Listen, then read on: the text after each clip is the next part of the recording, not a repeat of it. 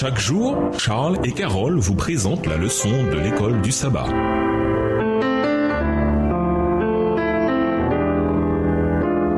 Bienvenue à votre émission Dieu nous parle. Nous leçon de jeudi, tout réconcilié. Lisons Colossiens 1, les versets 19 et 20. Quelle est cette réconciliation rendue possible grâce à la croix et quelle est son ampleur? Colossiens 1, les versets 19 et 20. Car Dieu a voulu que toute plénitude habitât en lui. Il a voulu, par lui, réconcilier tout avec lui-même, tant ce qui est sur la terre que ce qui est dans les cieux, en faisant la paix par lui, par le sang de sa croix. Paul emploie une expression très intéressante en grec pour terminer sa description de Jésus. En revenant indirectement au Père qui était mentionné dans Colossiens 1, verset 12, c'est en Jésus qu'il a plu au Père d'habiter dans sa plénitude, comparé avec Colossiens 2, verset 9. Quelle était cette plénitude? Jean y fait référence comme étant la gloire du Père, pleine de grâce et de vérité. Jean 1, verset 14. Mais d'après ce passage, cette plénitude englobe beaucoup de choses. L'éternité, l'existence autonome de Dieu, ainsi que son pouvoir de création et de recréation.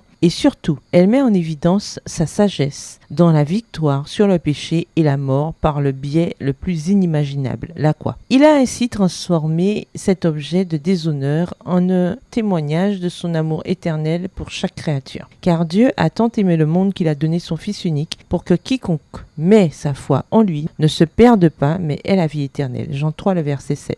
Il y avait un seul moyen pour vaincre définitivement le péché et réconcilier tout ce qui pouvait l'être. Et il se résume dans cette glorieuse vérité. Dieu a aimé. Il a aimé l'univers et il nous a tellement aimés qu'il a tout risqué pour nous sauver à travers la mort de Christ sur la croix. Le mot grec traduit par monde est cosmos, qui peut englober l'univers entier. Paul fait référence à cette démonstration universelle quand il parle de suivre Christ. Nous avons été offerts en spectacle au monde, aux anges et aux humains. 1 Corinthiens 4, verset 9. C'est avec douleur et étonnement que le ciel avait contemplé le Christ suspendu à la croix. Satan ainsi que tous ses disciples se trouvent, après toute une vie de révolte, si peu en harmonie avec Dieu, que la seule présence divine est pour eux un feu consumant. Ils seront détruits par la gloire de celui qui est amour. Les anges ne comprenaient pas cela au moment où a éclaté le grand conflit. Il n'en sera plus ainsi quand le grand conflit sera terminé. Le plan de la rédemption étant alors pleinement réalisé, le caractère de Dieu sera manifeste aux yeux de toutes les